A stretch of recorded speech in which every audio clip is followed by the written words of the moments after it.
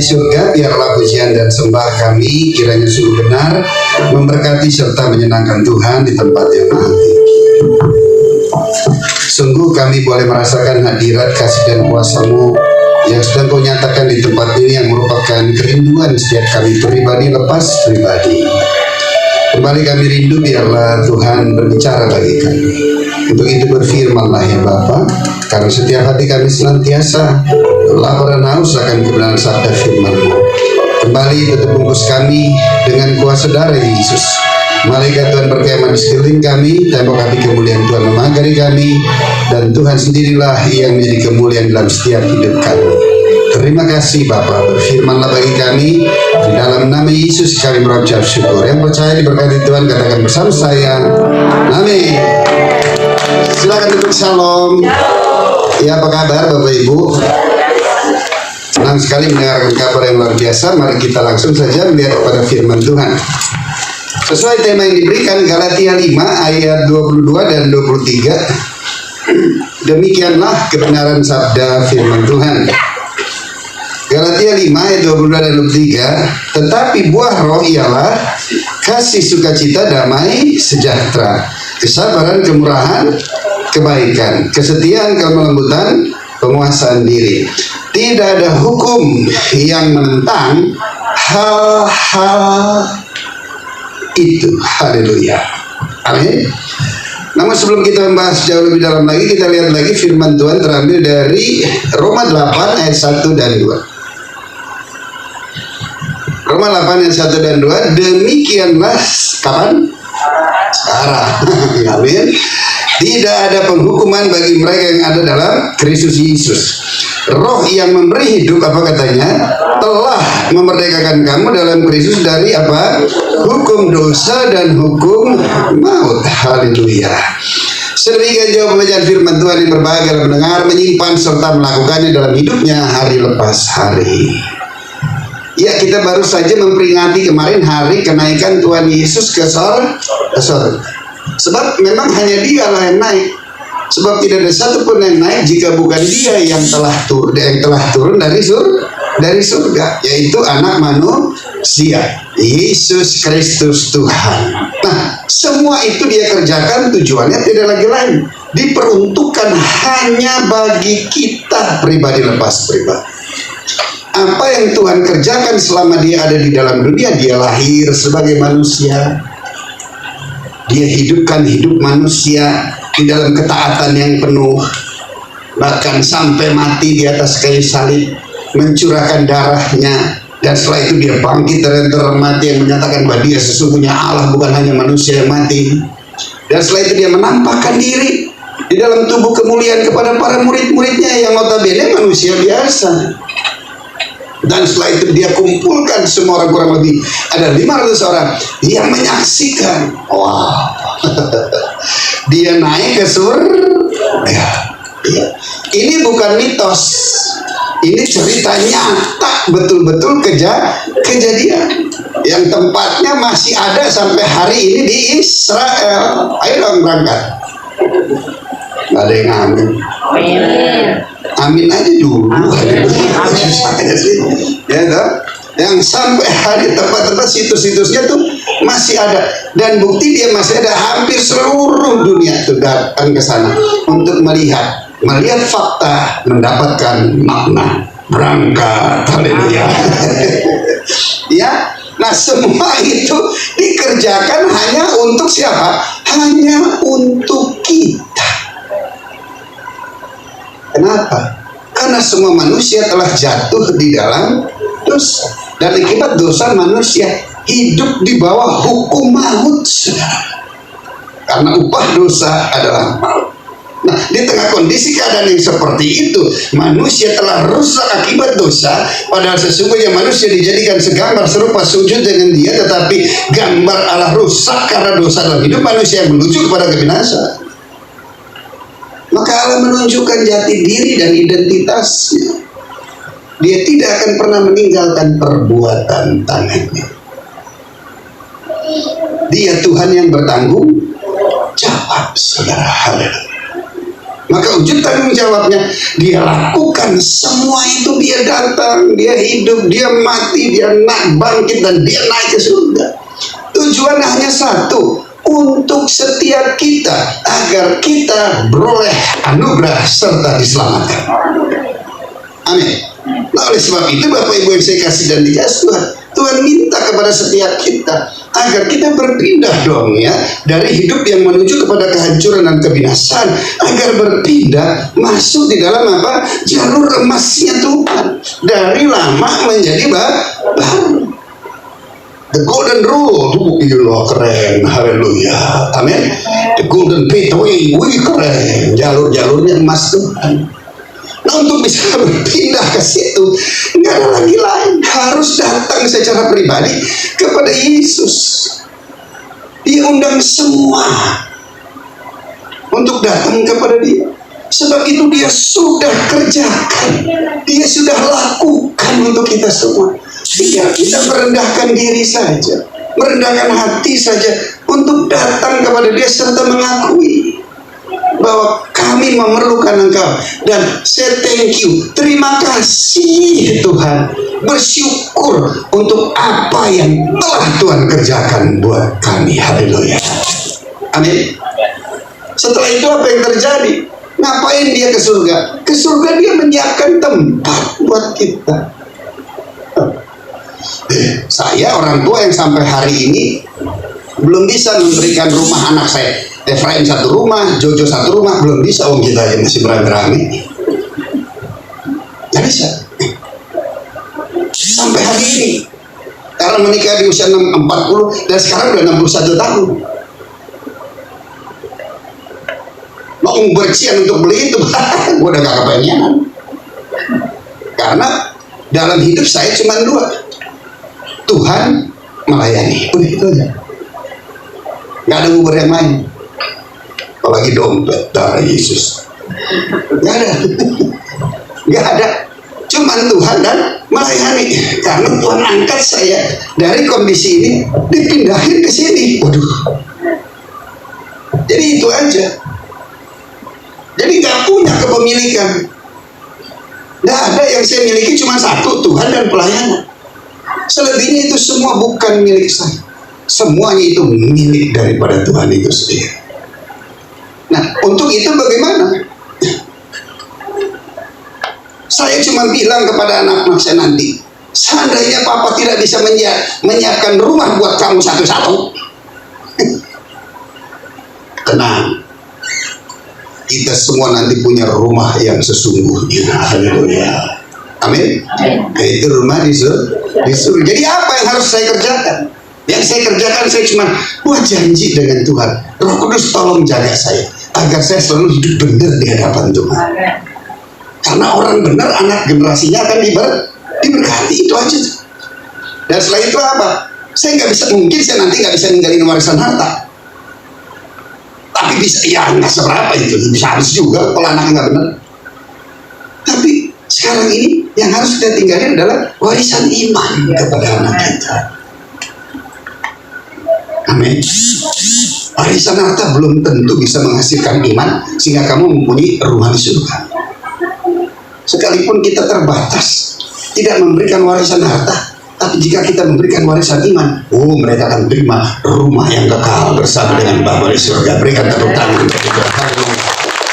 Amin. Bukan berarti saudara tidak boleh mengupayakan. Sok silakan aja kalau memang saudara masih bisa dan mampu. Tetapi jangan sampai abaikan. Yang terpenting hanya sekedar untuk yang penting. Yang terpenting adalah rumah Bapa di surga. Kita kan sementara semuanya ini.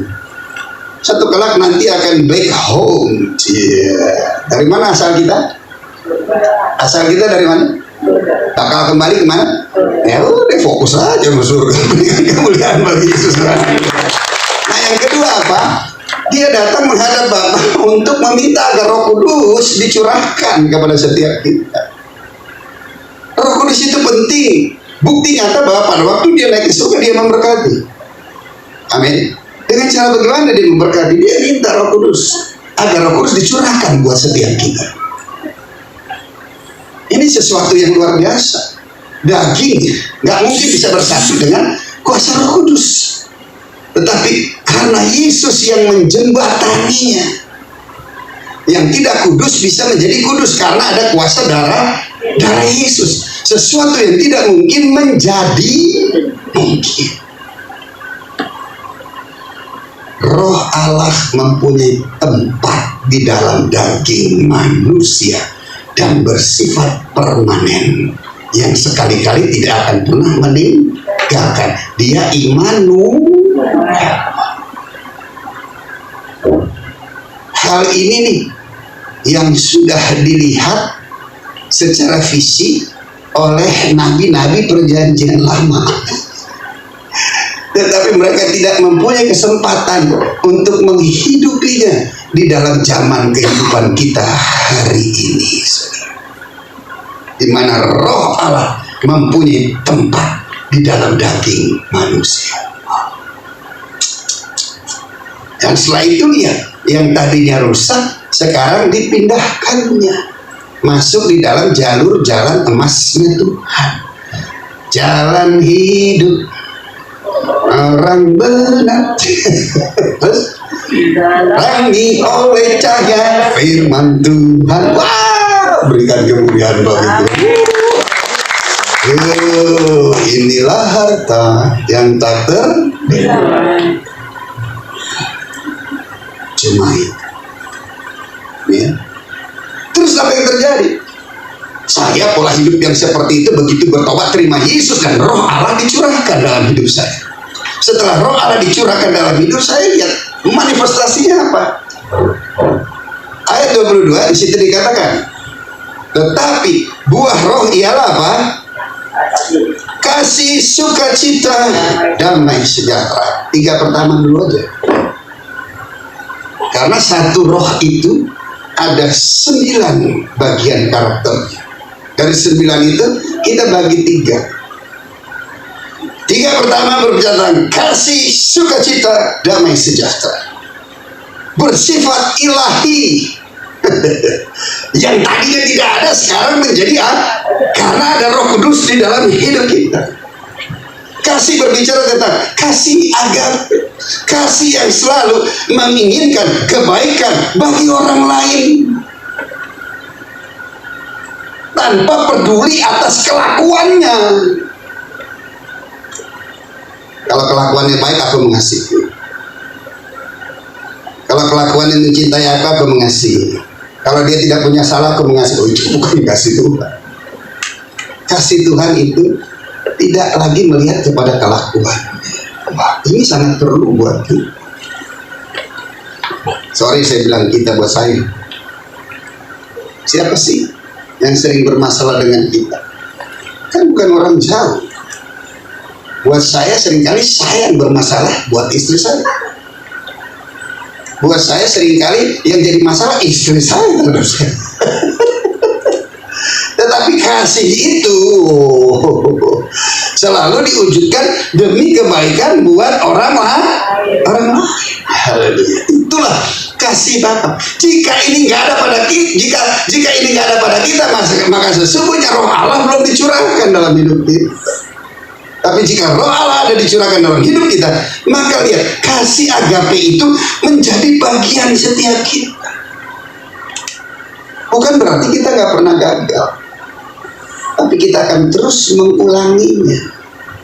Sebab kasih itu tidak pernah gagal. Haleluya. Amin. Yang kedua, sukacita. Sukacita berbicara tentang apa? Karis. Lihat muka anak-anak Tuhan penuh dengan sukacita. Amin. Mukanya seger, penuh dengan kemuliaan. Walaupun dompetnya belum tentu. Amin. Gambar diri kita tuh gak ditentukan dengan dompet kita. Darah Yesus. Anak Tuhan tuh susah ditebak. Orang dunia kita bisa tebak, lagi bokeh lo kan, paling muring dah.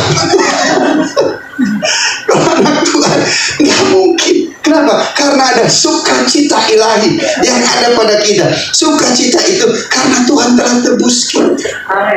Sukacita itu karena kita ini milik Tuhan. Sukacita itu karena Tuhan sekali-kali nggak pernah tinggalin kita. Dia di dalam kita. Siapa sih yang sesungguhnya yang bersuka cita pada waktu kita diselamatkan? Siapa yang suka cita? Yang suka cita itu Tuhan, saudara. Amin. Dia bersuka cita, dia bersorak-sorak karena saudara dan saya diperolehnya kembali. Haleluya. Amin. Dan sukacita Tuhan itu yang ada pada kita, itu semua tidak akan pernah terpengaruh dengan segala sesuatu yang di luar kita. Baik kesulitan datang, problema dan permasalahan hidupnya, atau hal-hal yang menyesatkan kamu, sukacita nggak bakal hilang. Haleluya. Amin. Ini yang Tuhan berikan kepada kita sehingga dia katakan dia nggak pernah tinggalin kita seorang diri. Inilah yang dia berkati pada waktu dia sedang naik ke surga. Amin. Nehemia 8 ayat 11 engkau nanti baca aja. Sukacita karena Tuhan adalah perlindunganku. Haleluya. Amin. Oleh sebab itu hendaklah senantiasa sukacita ilahi menjadi bagian dalam hidup kita. Bagian yang terakhir dari ketiga pertama, yaitu damai sejahtera. Damai sejahtera berbicara tentang shalom. Waduh, bahasa Yunaninya biar keren sedikit supaya agak sedikit terpelajari. Eirene. Soalnya ada sarjana di situ, jadi saya mesti pakai ya supaya sedikit moy gitu. Padahal yang penting maknanya. Kita mempelajari bahasa aslinya, bukan untuk menyatakan bahwa diri kita pandai dan terpelajar. Kita mempelajari bahasa aslinya agar kita mendapatkan pemahaman yang lebih dalam yang kita bisa terjemahkan dengan bahasa Indonesia, bahkan bahasa sederhana, bahasa sehari-hari, supaya kamu boy ngerti juga. Amin. Nah, itu dia. Ya, damai sejahtera artinya kenapa? Hasil daripada penyandaran diri kita kepada. Kenapa sih kita punya damai sejahtera? Karena kita menyandarkan diri kita dan pengharapan kita hanya kepada Tuhan. Dan dia adalah pribadi yang kuat untuk tempat kita bersandar. Haleluya. Adem, nyaman. Dialah pembela kita. Izinkan Tuhan menjadi tempat sandaranmu sehingga damai sejahtera Allah yang melampaui segala akal senantiasa menguasai hati kita. Damai sejahtera yang timbul akibat hubungan kita dengan Allah.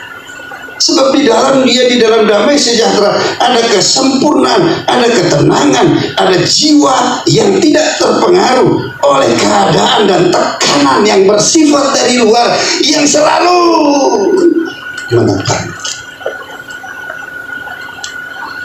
Bayangin kalau nggak punya Tuhan. Kita hamba-hamba Tuhan yang hidupnya bersahaja.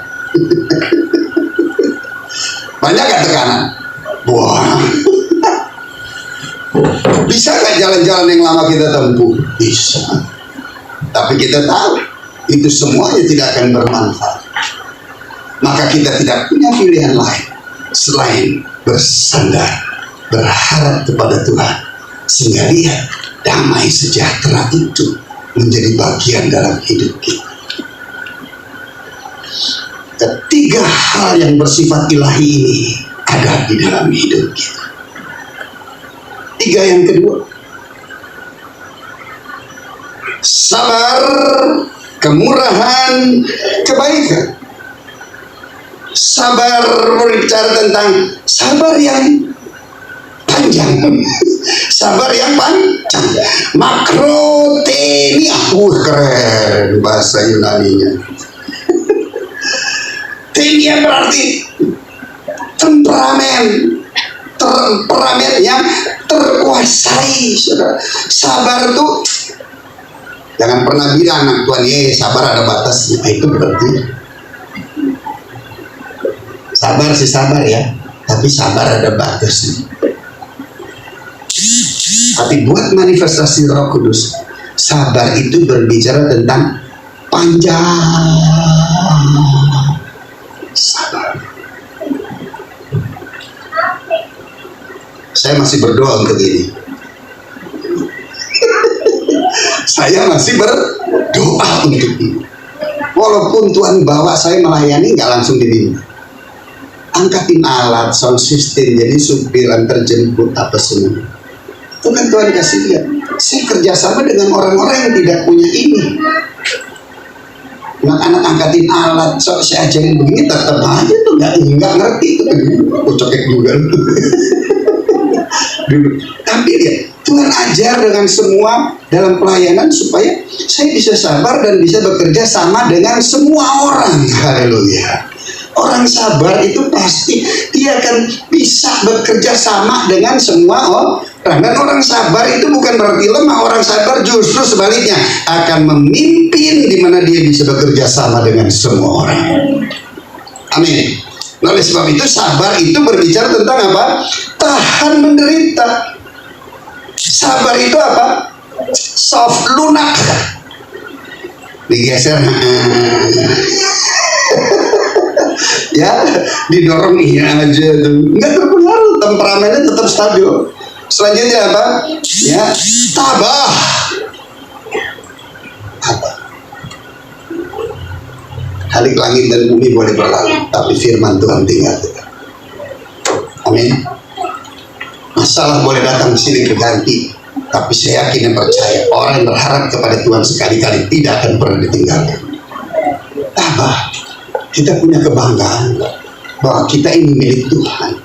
Tuhanlah satu-satunya yang senantiasa memperhatikan kita. Dia memperhatikan kita bukan untuk cari salah kita. Dia memperhatikan kita untuk mencegah kita agar kita tidak melakukan hal-hal yang salah di dalam hidup kita. Amin. Selanjutnya, kemurahan. Kemurahan berbicara kemurahan bukan berarti Anda bersikap manis kepada orang lain. Bukan berarti kita tidak boleh bersikap manis terhadap orang lain. Tapi bersikap manis terhadap orang lain biasanya ada udang di balik apa? Ada udang di balik? Aku kurang kenyang. Ada udang di balik bakwan. Berarti porsi hari ini nasi uduk dan bakwan. Ya. Bersikap manis tuh seringkali kecenderungannya untuk flashbacknya ke kita. Bersikap manis gue menggembala, nggak dipakai terus. Nggak gitu, haleluya ya. Kemurahan di sini dikatakan melainkan melakukan tindakan-tindakan yang bermanfaat bagi banyak orang. Haleluya. Bersikap yang penuh dengan rahmat kepada setiap orang. Makanya udah Vivan ya, bukan rahmat lagi. Rahmat, Immanuel, victorious family. Ya, rahmat itu apa ya? Apa arti rahmat? Rahmat itu ya sebagaimana seorang ibu yang merahimi anaknya, begitu anaknya keluar pasti rahimi dan rahmati. Itu dia tuh. Mohon jelas, mohon ditangkap sendiri oleh ibu-ibu.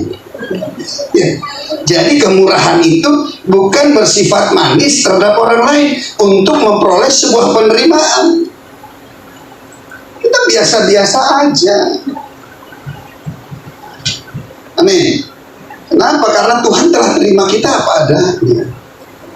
Buat saya pelayanan Bogor ya sama, pelayanan sini sama. Terus Plaza Indonesia kayaknya megah banget juga, biasa aja, penting pelayanan kok. Amin. Cuman beda orang-orangnya aja kok. Tetap visi utamanya dalam melayani Tuhan dan pelayanan untuk jiwa-jiwa, jangkau jiwa. Amin. Cuma itu aja, kecuali lu punya tujuan lain dompetnya, gue nggak ngerti, gue nggak berani menghakimi. Haleluya. Amin. Tapi kalau itu ada hanya Tuhan dan jiwa-jiwa. Jadi kita bersifat kemurahan itu tujuannya nggak ada lagi lain agar bisa bermanfaat bagi orang lain yang bersikap penuh dengan rahmat. Haleluya. Saya nggak mau apa-apa dari kamu. Cuman yang saya mau, apa yang saya dapat, kamu bisa dapat. Itu satu. Amin. Apa yang saya dapat dari Tuhan, kamu juga bisa dapat dari Tuhan. Tujuannya nggak lagi lain, agar melalui itu semua nama Tuhan dipermuliakan. Ketiga, yang terakhir dari ketiga yang kedua, kebaikan.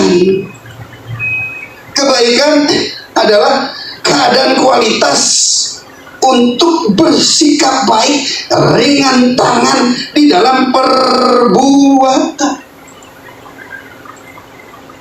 Kebaikan itu sikap. Kebaikan itu ringan tangan, bukan berarti gaplok sana gaplok sini. Ringan tangan memberi. Kemarin saya cukup pelayanan di Gunung Sindur di penjara. Setelah itu ngurusin anak-anak ke Plaza Indonesia. Akhirnya hari Rabu saya punya jadwal di penjara. Begitu hari Rabu saya agak sedikit telat. Diingetin, Pak, jadwal di sini. Jadwal di sini. Akhirnya apa? Saya cuma tanya, siapin konsumsi yang cepat apa ya? Karena biasanya saya selalu transfer uangnya aja ke petugas di sana karena online. Online. Jadi petugas yang ngurus. Cuma kemarin tuh udah bisa onsite. Maka saya pikir saya aja cuma terlambat. Udah jam 10 sedangkan ibadah jam 2. Begitu dia saya cuma tanya, kira-kira apa yang cepat ya? Langsung dibilangkan promo. Hotband aja Pak, seperti dulu. Katanya begitu. Hah? Hotband seperti dulu. 140 orang. Saya cuma bilang, bro, dulu 12.000 satu paket. Kali 140. Nah sekarang kan bukan segitu. Sekarang udah berapa paket yang paling enak? 26.000. Belum kantong kresek disuruh kita bayar. Di sponsor suruh bayar lagi. Betul? Berarti kurang lebih 3 juta lebih, 3.700.000 rupiah. Ini otak mikir. Betul? Segitu. Gue beliin Jordan Air buat anak gue, boleh patungnya, ya kan? Tapi di sini ngomong kasih, beri. Begitu saya hitung itu perlu, saya lihat rekening akhir saya, ya ilah Tuhan, ini main tuh. Baru di sini bilang, jangan takut, ntar juga diisi lagi. Haleluya, amin. Terus di sini, aduh, gimana nih? Kasih tau bini gak ya? Kasih tau bini gak ya? Baru tumpul lagi dulu darah Yesus. Yang fokusnya selalu keluarga, dulu ini buru. Lalu jadi insight terus keluarga, terus udah keluarga nggak usah pusing, keluarga memang jadi utama. Tetapi ada waktunya juga, pelayanan juga harus kita relakan dong. Haleluya, amin. Kalau fokusnya keluarga, kapan kau bisa memberi? Ya dengar gak ya? Dengar Pak. Streaming. Semoga bertobat, asal gue gak disemprot lagi. Ya, akhirnya apa? Ya sudah, langsung aja beli 140 bos. Begitu sampai ke sana anak-anak saya ceritain sukacita 140 orang. Terus mereka bilang Jordan Air menjadi air kehidupan. Berikan kemuliaan. Kebaikan, karena kebaikan itu Anda senang disebut sebagai orang baik atau memang Anda baik?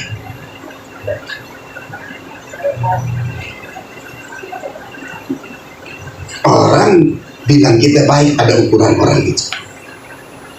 Tapi kalau kebaikan dari dalam karena Roh Kudus, kadang-kadang berantem, saudara.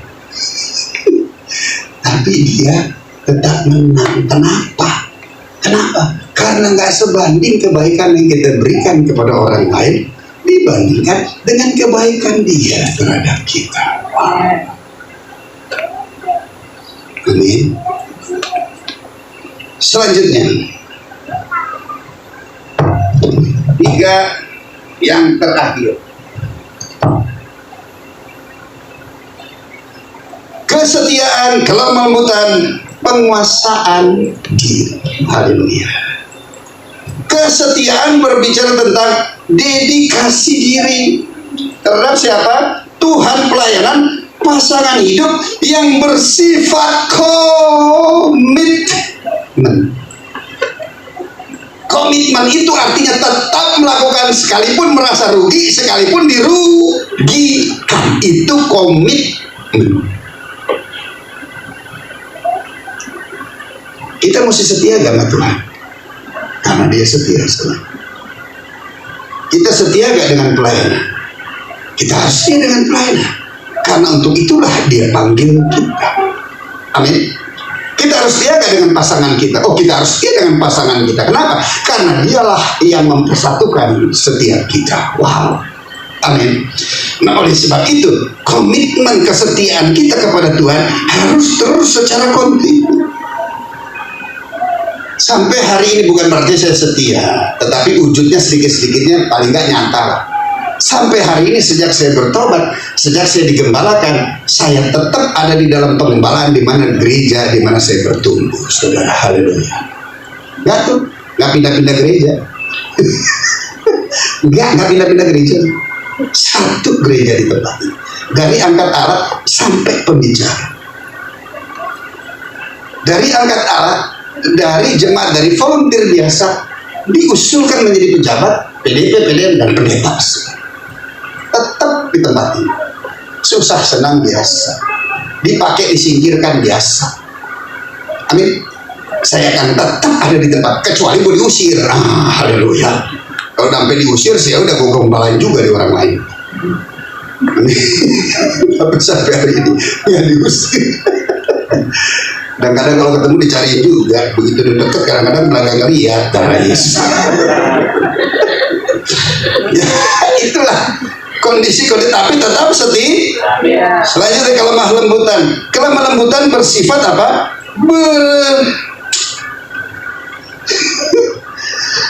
Kelemah lembutan bersifat bertemperamen yang stabil, tenang, seimbang, tidak sombong, bisa menguasai diri, mempunyai kekuatan energi yang luar biasa.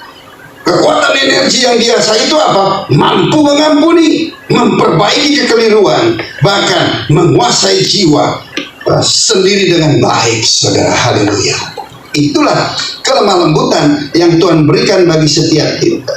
Untuk hal ini pun, saya kan hamba Tuhan yang bukan keluar dari sistem akademik.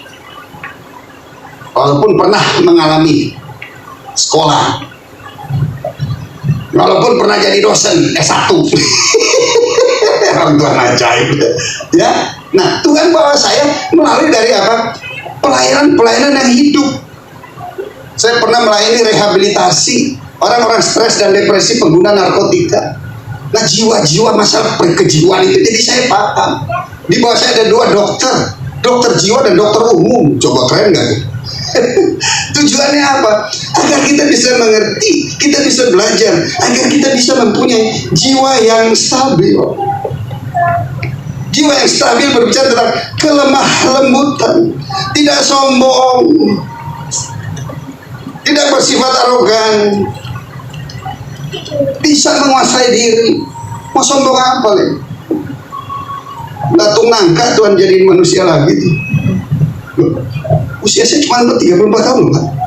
Kalau Tuhan nggak tolong, udah dari debu kembali ke debu tuh. Sebelum debu ke debu berarti apa? Kalau belatung dulu. Tapi Tuhan angkat, Tuhan pulihkan. Dari sejak 27 tahun lalu sampai hari ini berusia 61 tahun. Masih keren nggak? Gak usah jawab, sebelahmu marah lagi. Masih sehat, kuat, seger. Pak Gembala lihat umur 70 tahun lebih, masih kuat, seger ya. Tolong cuman jangan pisahkan kami dari Tuhan dan pelayan. Dan kadang orang lain sana TK-nya berapa? Darah ini semua sentil juga tuh. Kita hidup bukan dari TK-nya. Kita bisa hidup karena kita melayani. Kadang-kadang saya terima sana terima sini, bukan apa. Kalau di sini nggak ada pelayanan, di sini penuh orang lain buka ya, saya pergi. bukan apa-apanya yang dicari. Yang dicarinya tuh melayaninya. Sebab itu hidup saya. Pada waktu saya berada di tempat ini ada urapan yang memperbaharui roh saya, memperbaharui jiwa saya, memperbaharui seluruh anggota. Tuh saraf-saraf saya pulih, darah saya pulih, semuanya sehat. Berikan kemuliaan bagi Tuhan. Amin. Kelembutan itu untuk melayani. Yang terakhir, penguasaan diri. Penguasaan diri berbicara tentang apa? Jati diri. Dan itu kepemilikan kita. Anak-anak Tuhan jangan sampai lost control, harus mempunyai pengendalian dan penguasaan diri, yaitu kelakuan kita sendiri. Kelakuan ini berubah dong. Jadi mempunyai pengendalian diri, sebab semua itu 7 bagian itu: kasih, sukacita, damai sejahtera, kesabaran, kemurahan, kebaikan, kesetiaan, kelembutan, diikat dengan apa? Pengendalian diri. Dan hal ini tidak ada satupun hukum agama, baik Taurat maupun yang ada di dalam dunia ini, yang bertentangan dengan hal ini. Ingat itu. Dahulu kita ada di bawah hukum, hancur. Sekarang kita bukan lagi di bawah hukum, tapi kita ada di atas hukum itu. Amin. Kita berjalan bersama dengan Tuhan.